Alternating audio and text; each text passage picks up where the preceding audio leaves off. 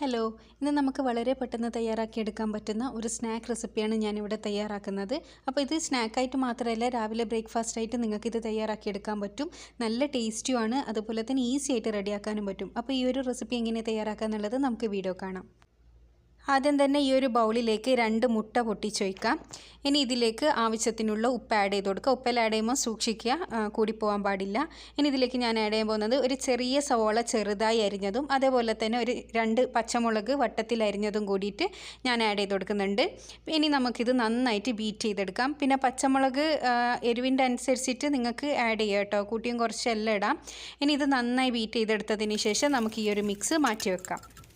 ഇനി ഇതിലേക്ക് നമുക്ക് 2 ബ്രെഡ് മുറിച്ചിട്ട് കൊടുക്കുക. അതിൻ്റെ അരികൊന്നും കളയേണ്ട ആവശ്യമില്ല. 2 മുട്ടയ്ക്ക് 2 പീസ് ബ്രെഡ് എടുത്തിട്ട് ഇതേപോലെ ഇങ്ങനെ ഇട്ട് കൊടുത്താൽ മതി. ചിലർ ഇതിൻ്റെ സൈഡ് കട്ട് ചെയ്തിടാറുണ്ട്, അതിൻ്റെ ഒന്നും ആവശ്യമില്ല. ഇത് തയ്യാറാക്കി എടുക്കുന്നേരം നമുക്കിത് കംപ്ലീറ്റ് തന്നെ ഇട്ട് കൊടുക്കാം. ഇനി ഇത് എല്ലാം കൂടിയിട്ട് നന്നായിട്ടൊന്ന് മിക്സ് ചെയ്യണം. ഫസ്റ്റ് നമ്മളിങ്ങനെ മിക്സ് ചെയ്യുമ്പോൾ വിചാരിക്കും മുട്ട പോരെ എന്നുള്ളത്, പക്ഷേ ഇത് മിക്സ് ചെയ്തെടുക്കുന്ന സമയത്ത് കറക്റ്റായിട്ട് റെഡി ആയിട്ട് കിട്ടും. കണ്ടോ, ഇതിപ്പോൾ ഞാൻ കംപ്ലീറ്റ് റെഡിയാക്കി എടുത്തിട്ടുണ്ട്. അപ്പോൾ 2 മുട്ടയ്ക്ക് 2 ബ്രെഡ് മാത്രം മതി കേട്ടോ. ഇനി നമുക്ക് നമ്മുടെ അടുത്ത സ്റ്റെപ്പിലേക്ക് പോവാം. ഒരു ചൂടായ പാനിലേക്ക് നമുക്ക് ബട്ടറോ ഗീയോ ഓയിലോ വേണമെങ്കിൽ നമുക്ക് യൂസ് ചെയ്യാം. പക്ഷേ ബട്ടറോ ഗീയോ ആണെങ്കിൽ കൂടുതൽ ടേസ്റ്റി ആയിരിക്കും. അപ്പോൾ ഞാനിവിടെ ബട്ടറാണ് ആഡ് ചെയ്ത് കൊടുത്തിട്ടുള്ളത്. അപ്പോൾ ബട്ടർ ഞാൻ പാനിൻ്റെ എല്ലാ ഭാഗത്തും നല്ലോണം സ്പ്രെഡ് ചെയ്ത് കൊടുത്തിട്ടുണ്ട്. ഇനി നമ്മൾ തയ്യാറാക്കി വെച്ചിരിക്കുന്ന ആ ബ്രെഡും മുട്ടേൻ്റെയും മിക്സ് നമുക്ക് ഈ പാനിലൊന്ന് ഇട്ടെടുത്തതിന് ശേഷം നമുക്കിത് നല്ലോണം ഒന്ന് പരത്തിയെടുക്കുക. അതായത് ഇതെല്ലാം നന്നായിട്ടൊന്ന് ഒരു എന്താ പറയുക, ഒരു ദോശയിലുണ്ടല്ലോ, നമ്മൾ ദോശയെല്ലാം തയ്യാറാക്കുമല്ലോ, അല്ല ഓംലെറ്റെല്ലാം തയ്യാറാക്കൂലേ, അതുപോലെ ഒന്ന് ഇതേപോലെ ഒന്ന് പരത്തിയെടുത്ത് കൊടുക്കുക. അതിനുശേഷം ഒരു 2 മിനിറ്റ് മാത്രം മതി. 2 സൈഡ് 2 മിനിറ്റ് ഒന്ന് വേവിച്ചെടുക്കാം, മീഡിയം ടു ലോ ഫ്ലെയിമിലിട്ടിട്ട്. അപ്പോൾ ഇതൊരു 2 മിനിറ്റ് ഞാനിവിടെ വെച്ചിട്ടുണ്ട്. ഇനി അതിൻ്റെ അടുത്ത ഭാഗം വേവിക്കാൻ വേണ്ടിയിട്ട് നമുക്കൊരു പ്ലേറ്റിലേക്ക് ഇത് ഫ്ലിപ്പ് ചെയ്തിട്ട് കൊടുത്തതിന് ശേഷം അതിൻ്റെ അടുത്ത ഭാഗവും കൂടി നമുക്ക് വേവിച്ചെടുക്കാം. നിങ്ങൾക്ക് തവി കൊണ്ട് വേണേൽ മറിച്ചിടാം, പക്ഷേ തവി കൊണ്ട് മറിച്ചിടുമ്പോൾ പൊട്ടിപ്പോകുന്നുള്ള പേടി ഉണ്ടെങ്കിൽ ഇതേപോലെ പ്ലേറ്റിൽ കമഴ്ത്തിയിട്ടിട്ട് ഇതേപോലെ ചെയ്തെടുത്താൽ മതി. ഇനി ഒരു ഭാഗം കൂടി 2 മിനിറ്റ് വെച്ചതിന് ശേഷം നമുക്കിത് പ്ലേറ്റിലേക്ക് മാറ്റിയെടുക്കാം. അപ്പോൾ ഞാനിതൊരു പ്ലേറ്റിലേക്ക് മാറ്റിയെടുത്തിട്ടുണ്ട്. ഇനി നമുക്കിതൊന്ന് കട്ട് ചെയ്തെടുക്കണം. കട്ട് ചെയ്ത് നമുക്കൊരു സ്ക്വയർ പീസസിലാക്കി എടുക്കാം. നിങ്ങൾക്ക് ഇഷ്ടമുള്ള ഷേപ്പിൽ ഇത് കട്ട് ചെയ്തെടുക്കാം. അപ്പോൾ ഇത് നമുക്ക് ഫ്രൈ ചെയ്തെടുക്കാനുള്ളതാണ്. അപ്പോൾ ഫ്രൈ ചെയ്ത് എടുത്ത് കഴിയുമ്പോൾ നല്ല ഭംഗിയിൽ വേണമെന്നുണ്ടെങ്കിൽ ആ ഒരു രീതിക്ക് നിങ്ങൾക്ക് കട്ട് ചെയ്തെടുക്കാം. ഞാൻ ഇവിടെ ജസ്റ്റ് ഒന്ന് കട്ട് ചെയ്തെടുത്തിട്ടേ ഉള്ളൂ. ഇനി നമുക്ക് ഒരു ബാറ്റർ തയ്യാറാക്കി എടുക്കാനുണ്ട്. അതിനായി ഇതിലേക്ക് നമുക്ക് ആദ്യം തന്നെ 2 ടേബിൾ സ്പൂണോളം അരിപ്പൊടി ആഡ് ചെയ്ത് കൊടുക്കുക. ഏത് അരിപ്പൊടി വേണമെങ്കിലും യൂസ് ചെയ്യാം. ഇതിലേക്ക് ഞാൻ 6 ടേബിൾ സ്പൂണോളം കടലപ്പൊടി ആഡ് ചെയ്ത് കൊടുക്കുന്നുണ്ട്. 6 ടേബിൾ സ്പൂൺ കടലപ്പൊടി കൂടി ഇട്ട് കൊടുത്തതിന് ശേഷം നമുക്കിതിലേക്ക് കുറച്ച് ബേക്കിംഗ് സോഡ ആഡ് ചെയ്ത് കൊടുക്കും. ഒരു 1/4 ടീസ്പൂൺ ബേക്കിംഗ് സോഡ, അത് ഓപ്ഷണലാണ്.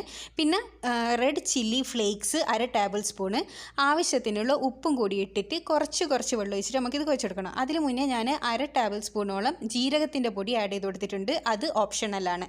അപ്പോൾ ഇതെല്ലാം കൂടിയിട്ട് ഒന്ന് മിക്സ് ചെയ്തെടുക്കുക. അതിനുശേഷം നമുക്ക് വെള്ളം ഒഴിച്ചിട്ട് ഇതൊരു ബാറ്റർ ആക്കി എടുക്കണം. അപ്പോൾ ഇത് അധികം ലൂസായി പോകാനും അധികം ടൈറ്റായി പോകാനും പാടില്ല. അപ്പോൾ വെള്ളത്തിൻ്റെ അളവ് എന്ന് പറയുന്നത് നമ്മൾ കുറച്ച് കുഴച്ച് മനസ്സിലാക്കി എടുക്കണം. അപ്പോൾ ഞാനിത് മൊത്തത്തിലൊന്ന് ബാറ്റർ എങ്ങനത്തെ കൺസിസ്റ്റൻസിയാണ് വേണ്ടത് എന്നുള്ളത് ലാസ്റ്റ് കാണിച്ചു തരാം. അപ്പോൾ ഇത് ഈ ഒരു കൺസിസ്റ്റൻസിയാണ് നമുക്ക് വേണ്ടത്. അധികം ലൂസും അല്ല അധികം ടൈറ്റും അല്ലാത്ത രീതിയിൽ ഞാൻ ബാറ്റർ തയ്യാറാക്കി എടുത്തിട്ടുണ്ട്. ഇനി നമുക്ക് ഇതിലേക്ക് കുറച്ച് കറിവേപ്പില കൂടി മുറിച്ചിട്ട് കൊടുക്കുക. അപ്പോൾ കറിവേപ്പില കൂടി ഇങ്ങനെ ഇട്ട് കൊടുത്താൽ നമ്മൾ പൊരിച്ചെടുക്കുന്ന സമയത്ത് ആ ഒരു സ്നാക്കിന് നല്ലൊരു ഫ്ലേവർ ഉണ്ടാവും. അപ്പോൾ കറിവേപ്പില കൂടി ഇട്ട് കൊടുത്തതിന് ശേഷം ജസ്റ്റ് ഒന്ന് മിക്സ് ചെയ്തെടുക്കുക. അപ്പോൾ നമ്മളെ ബാറ്റർ ഇവിടെ തയ്യാറായിട്ടുണ്ട്. ഇനി നമുക്ക് നമ്മുടെ അടുത്ത സ്റ്റെപ്പ് എന്ന് പറയുന്നത് ഫ്രൈ ചെയ്യലാണ്.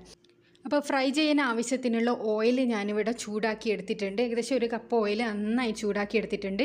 ഇതിലേക്ക് ഞാൻ ആ ബാറ്ററിലേക്ക് നമ്മുടെ ആ ഓംലെറ്റിൻ്റെ ആ ഒരു ബ്രെഡ് ഓംലെറ്റ് ഡിപ്പ് ചെയ്ത് ഇട്ട് കൊടുക്കുകയാണ്.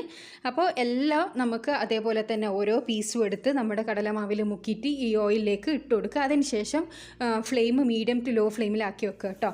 ഒരു 2 മിനിറ്റ് 2 ഭാഗവും വേവിച്ചാൽ മതി. അപ്പോൾ ഇവിടെ ഒരു 2 മിനിറ്റ് ആയപ്പോൾ ഞാനിതൊന്ന് തിരിച്ചിട്ട് കൊടുക്കുന്നുണ്ട്. ഇനി ആ തിരിച്ചിട്ട ഭാഗം കൂടി ഒരു 2 മിനിറ്റ് ആയാലും നമുക്കിത് ഓയിൽ നിന്ന് കോരിയെടുക്കാവുന്നതേ ഉള്ളൂ. പെട്ടെന്ന് തന്നെ റെഡിയാവും. അപ്പോൾ ഈ 2 ഭാഗവും ഇവിടെ റെഡി ആയിട്ടുണ്ട് കേട്ടോ. ഇതിൻ്റെ 2 ഭാഗം ഞാൻ ഇപ്പോൾ 2 മിനിറ്റ് വെച്ച് ഓയിൽ നിന്ന് കോരി ഒരു പ്ലേറ്റിലേക്ക് സെർവ് ചെയ്യുകയാണ്.